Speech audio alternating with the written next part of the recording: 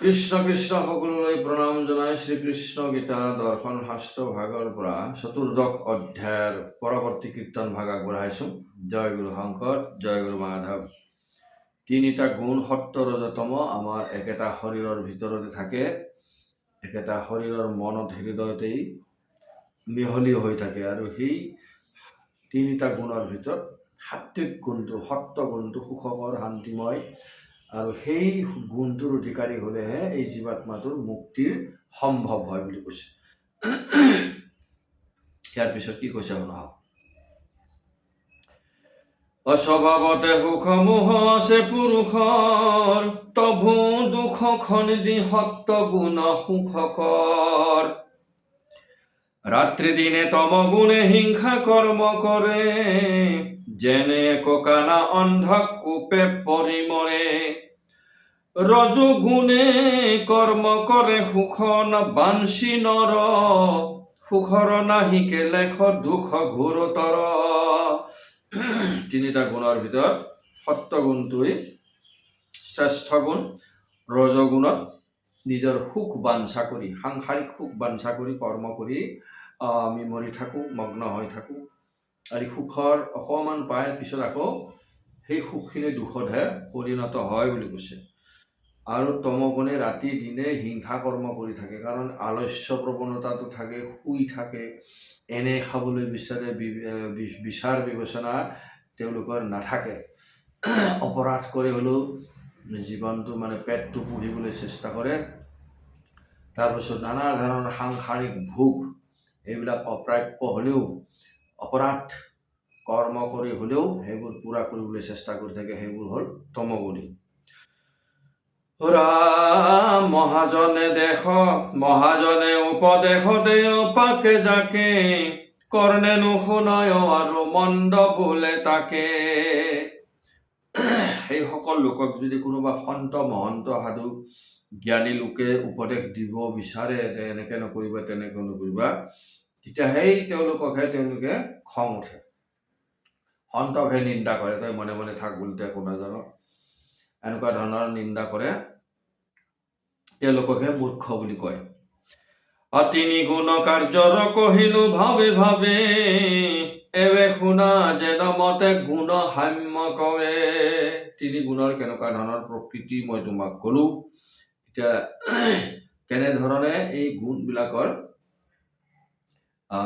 সমানভাৱে শৰীৰত আছে আৰু কেনেধৰণে পিছত এই কোনোবাটো বেছি কোনোবাটো কম এনেকুৱা ধৰণৰ হৈ যায়, সেইটো ক'বলৈ বিচাৰিছে। ৰজতমু গুণ কজে দুইকো কৰি নাশ, তেৱে সত্য গুণ আহি ভুৱন্ত প্ৰকাশ। তো সত্য গুণটো কেনেধৰণে বৃদ্ধি হয়, যেতিয়া ৰজুগুণ আৰু তমগুণটো তল পৰি যায়, মনৰ স্পৃহা বাঢ়ি নাযায়, আসক্ত নহয় বিষয় বাসনাত, আৰু তমগুণী নহয়, বিবেচনা কৰাৰ শক্তিটো তেওঁলোকৰ উন্নত হৈ যায় যেতিয়া সত্যগুণী হৈ যায়। এই দুটা গুণ যদি তল পৰি যায়, তেনেহ'লে সত্য গুণটো আহি যায়। ৰজ আৰু তমগুণ যদি বিনাশ হৈ যায়, তেতিয়া সত্য গুণটো আহে। ৰাম যেবে সত্য তম গুণ কৰি পৰিহাৰ, তেবে আহি ৰজু গুণ ব্যক্ত হুৱে তাৰ। এতিয়া সত্য গুণটো তেওঁ পৰিত্যাগ কৰে, পবিত্ৰতা, শুদ্ধতা, সত্যতা ত্যাগ কৰে, আৰু তমগুণটো তেওঁৰ কম হৈ যায়। কৰ্ম বহুত কৰে, এলাহ নকৰে, কিন্তু লিপ্সা বাঢ়ি গৈ থাকে। এনেকুৱা ধৰণে হ'লে কি হয়, ৰজগুণটোৰ অধিক হৈ যায়। ৰজগুণটো ৰাম যি বেলাত সত্যে ৰজু গুণ ক আৱৰে, তেবে তমু গুণ আহিবে ককে নকৰে। যদি অৰ্জুনে প্ৰশ্ন কৰিছে, যি সময়ত সত্য গুণটো বৃদ্ধি হয়, ৰজগুণকেই আৱৰি থৈ দিয়ে, ৰজগুণক আৱৰি থৈ দিয়ে, বন্ধ কৰি থৈ দিয়ে, সত্য গুণটো বেছি হৈ যায়, তেনেহ'লে তমগুণটো কেনেকৈ আহিব পাৰে, এই প্ৰশ্নটো কৈছে। ইয়াৰ পিছত ঈশ্বৰে তাৰ উত্তৰত আমাৰ শৰীৰৰ 9খন দুৱাৰৰ বিষয়ে কৈছে। মানে এই আমাৰ শৰীৰটোকে যদি আমি এটা ডাঙৰ ঘৰ বুলি ভাবোঁ, তাত 9খন দুৱাৰ আছে বুলি কৈছে। আৰু ভিতৰত আমাৰ আত্মাটো আছে, মন বুদ্ধি অহংকাৰ যিবিলাক গোটেইসোপাৰ সৈতে মিলি ফেলে এই জীৱাত্মাটো ভিতৰত, এই ঘৰটোৰ ভিতৰত আছে। কৃষ্ণে বোলে শৰীৰৰ নৱগোটা দ্বাৰ, দ্বাৰত চিনয় তাৰ গুণৰ প্ৰকাৰ। 9খন দুৱাৰ আছে, আৰু সেই 9খন দুৱাৰ বিলাকতেই এই বিষয় বাসনাৰ প্ৰতি যিবিলাক আমাৰ ভাৱনাৰ উদ্ৰেক হয়, সেইবিলাক সোমাই যায় আৰু কিছুমান ওলাই যায়, এনেকুৱা ধৰণৰ হয়। সেই দুৱাৰবিলাকেৰে বেলেগ বেলেগ দুৱাৰৰ বেলেগ বেলেগ বিষয়, বেলেগ বেলেগ দুৱাৰেদি বেলেগ বেলেগ বিষয় বাসনা সোমাই যায়। সেই কথাটো এতিয়া ক'বলৈ লৈছে। হস্তপদ লিংগ গুজ্জ বাক্য কৰ্ণ ঘ্ৰাণ, চক্ষুষে ইন্দ্ৰিয় এহি দ্বাৰ নৱখান।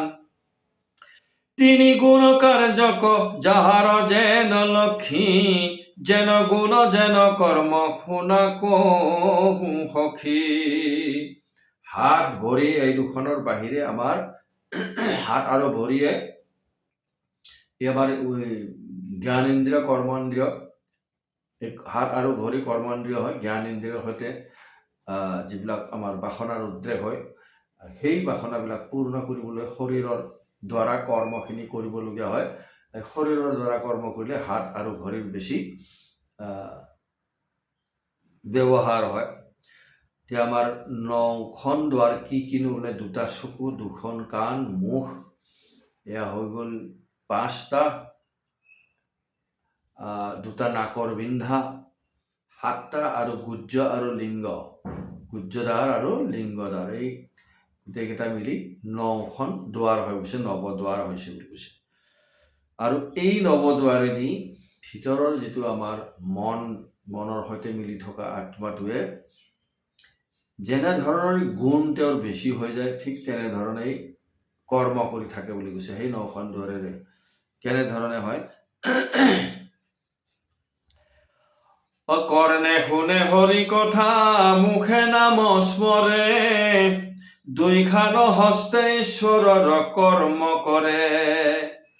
2খন হস্তে ঈশ্বৰৰ কৰ্ম কৰে, মনে ঈশ্বৰক চিন্তে নজানয় আন, পৰ চক্ষু পৰ স্ত্ৰীক দেখি কৰে মাতৃ জ্ঞান। পুত্ৰ আহে ঋতুকালে আপোন ভাৰ্যাত, ভাৰ্যা বিনে আনত নকৰে বিন্দু পাত। নৱদ্বাৰে এহি মতে চিহ্ন আছে যত, সিজনত সত্ত্বগুণ আছয় সাক্ষাৎ। এতিয়া কৈছে সত্ত্বগুণনো কাৰ আছে? অৰ্জুনে যদি অৰ্জুনৰ মনত যদি প্ৰশ্নৰ উদয় হয়, কি সত্ত্বগুণ যদি বেছি হৈ যায়, ৰজগুণটোক আৱৰি ৰাখে, মানে মনৰ লিপ্সা বাঢ়ি যোৱা যিটো, সেইটো মানে আৱৰি ৰাখে, বন্ধ কৰি ৰাখে, তেতিয়াহ'লে তমগুণটো কেনেধৰণে আহিব? সেই প্ৰশ্নটোৰ উত্তৰত কৈছে সত্ত্বগুণনো কাৰ আহে। প্ৰথমতে তুমি জানি লোৱা সত্ত্বগুণ কেনেধৰণে আহে, তেতিয়াহে তোমাৰ প্ৰশ্নটোৰ উত্তৰ তুমি নিজেই বুজি পাবা কৈছে। সত্ত্বগুণ গুণৰ লোকৰ কেনেকুৱা ধৰণৰ, মানে সেই জীৱাত্মাটোৰ কেনেকুৱা ধৰণৰ আচৰণ হয় বুলি কৈছে। যে এই কাণ দুখনেৰে হৰি কথা শুনে, তেওঁ চকুৰে ভাল দৃশ্য দেখে, চকুৰে পৰস্ত্ৰীক মাতৃ জ্ঞান কৰে, সকলো নাৰীকেই মাতৃ জ্ঞান কৰে। মাতৃ জ্ঞান যদি কৰিব পাৰে, তেনেহ'লেতো আৰু কোনো ধৰণৰ বেয়া ভাৱনাৰ উদ্ৰেক নহ'বই। নাকেৰে মাত্ৰ ঈশ্বৰৰ কলেবৰ তুলসীৰ ঘ্ৰাণ সেইটো লয়, মুখেৰে ঈশ্বৰৰ গুণনাম কীৰ্তন কৰে, হাতেৰে ঈশ্বৰৰহে কৰ্ম কৰে, পদেৰে ভৰিৰে তীৰ্থস্থানলৈ যায়, পবিত্ৰ স্থানলৈ যায়, ভাল কৰ্ম কৰিবলৈ ইফালে সিফালে গতি কৰে, আৰু মনেৰে মাত্ৰ ঈশ্বৰৰহে চিন্তন কৰে। এনেকুৱা ধৰণৰ যদি চৰিত্ৰ হৈ যায়, স্বৰূপ হৈ যায়, তেনেহ'লে সেইটোৱেই সত্ত্বগুণ বুলি কৈছে। ৰাম ৰাম ৰাম। আৰু কৈছে অপ্ৰাপ্য বস্তুৰ অভিলাষ কৰে বৰ, উচ্চ নিচ্চ কৰ্ম কৰি দুখ পাৱে ঘোৰ। এইটো হ'ল ৰজগুণ।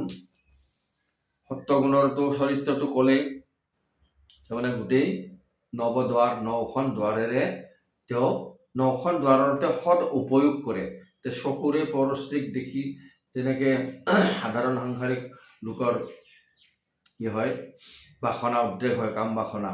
চকুৰে যদি পৰস্ত্ৰীক দেখি মাতৃ জ্ঞান কৰিব পাৰে, কাণেৰে মাত্ৰ হৰি কথা শুনে, ভাল কথা শুনে, মুখেৰে হৰি গুণ নাম লয়, নাকেৰে তুলসীৰ ঘ্ৰাণ লয়, হাতেৰে ঈশ্বৰৰ কৰ্ম কৰে, মনেৰে ঈশ্বৰকে স্মৰণ কৰে, ভৰিৰে পবিত্ৰ স্থানলৈহে যায়, লিংগৰ লিংগত কথাটো কৈছে নিজৰ ভাৰ্যাৰ বাহিৰে অন্য ভাৰ্যাৰ সৈতে সম্পৰ্ক নথকা, সেইটো হ'ল এটা লিংগদ্বাৰৰ এটা নিয়ন্ত্ৰণ, যিটো মনৰ সংযম। তাৰপিছত আকৌ গুহ্যদ্বাৰণো কেনেকুৱা ধৰণৰ কথা কৈছে। গুহ্যদ্বাৰ হ'ল শাস্ত্ৰ বিধিমতে, শাস্ত্ৰৰ নিয়ম মতে খুব ৰাতিপুৱাই উঠিহে এই আমাৰ যিটো মল ত্যাগ কৰাৰ কৰ্ম, সেইটো কৰাৰ অভ্যাস কৰিব লাগে। খুব ৰাতিপুৱাই ব্ৰহ্মপুৱাতে উঠি ঈশ্বৰ চিন্তন কৰি যেতিয়া স্নান কৰা হয়, স্নান কৰাৰ আগতেই শৌচ কৰাৰ অভ্যাস কৰে যিসকলে ভাগৱত প্ৰাপ্তি পথত অগ্ৰসৰ হৈছে বা তেওঁলোকে ইচ্ছা কৰিছে ভাগৱত প্ৰাপ্তিৰ কাৰণে, তেওঁলোকে এনেকুৱা ধৰণৰ শাস্ত্ৰবিধি মানি চলে। আৰু এই গুহ্যদ্বাৰ মল ত্যাগৰ যিটো কথা, একেবাৰে ৰাতিপুৱাতে ব্ৰহ্মপুৱাতে উঠিয়েই কৰে। তাৰপিছতে স্নান ৱান কৰি পেলাই ঈশ্বৰ স্মৰণ কৰি নিজৰ কৰ্ম আৰম্ভ কৰে। ঠিক তেনেধৰণে সকলোখিনি সত্যগুণৰ মানুহৰ সেই গুণখিনি আহি যায় আৰু তেনেধৰণে তেওঁলোকৰ দিনচৰ্যা হয়। আৰু এতিয়া ৰজগুণৰ কথা কৈছে। অপ্ৰাপ্য বস্তুৰ অভিলাষ কৰে বৰ, উচ্চ নিচ্চ কৰ্ম কৰি দুখ পাৱে ঘোৰ। অপ্ৰাপ্য বস্তু, যিটো আমাৰ ক্ষমতাত নাই, সামৰ্থ্য নাই, সেই বস্তুবিলাকৰ প্ৰতি আমাৰ লোভ মোহ বাঢ়ি যায়। আনৰ কিবা এটা বস্তু আছে, তেওঁৰ সামৰ্থ্য আছে, আমাৰ নাই, কিন্তু আমাৰ মনটো ভাবিছে সেই তেনেকুৱা বস্তু এটা আমিও ল'ম, কিন্তু আমাৰ সামৰ্থ্য নাই। এই তেনেধৰণে মনটোৱে আমাক কি কৰে, টেনশ্যন দিয়ে, এইটো বস্তু ল'বই লাগিব। যদি সামৰ্থ্যত নাই, কিবা অপৰাধ কৰি হ'লেও, প্ৰবঞ্চনা কৰি হ'লেও সেই বস্তুটো লোৱাৰ আমি বাঞ্ছা কৰোঁ। কিন্তু তেনেধৰণে যদি ল'বও পাৰোঁ, তেনেহ'লে তাত আকৌ দুখৰ উপৰি দুখে হ'ব। কাৰণ সেই বস্তুটো অনাৰ পিছত আমি যদি তাক মেইনটেইন কৰিব নোৱাৰোঁ, সেইটো যদি আমি ভালকৈ ৰাখিব নোৱাৰোঁ, তাৰ কাৰণে যিখিনি খৰচা পানী লাগে সেইখিনি যদি কৰি ৰাখিব নোৱাৰোঁ, তেনেহ'লে আমি দুখতহে পৰিব লাগিব। সেই বস্তুটো লৈ পেলাই আমাৰ একো কাম নহ'ব। আমাৰ জ্ঞানো লাগিব।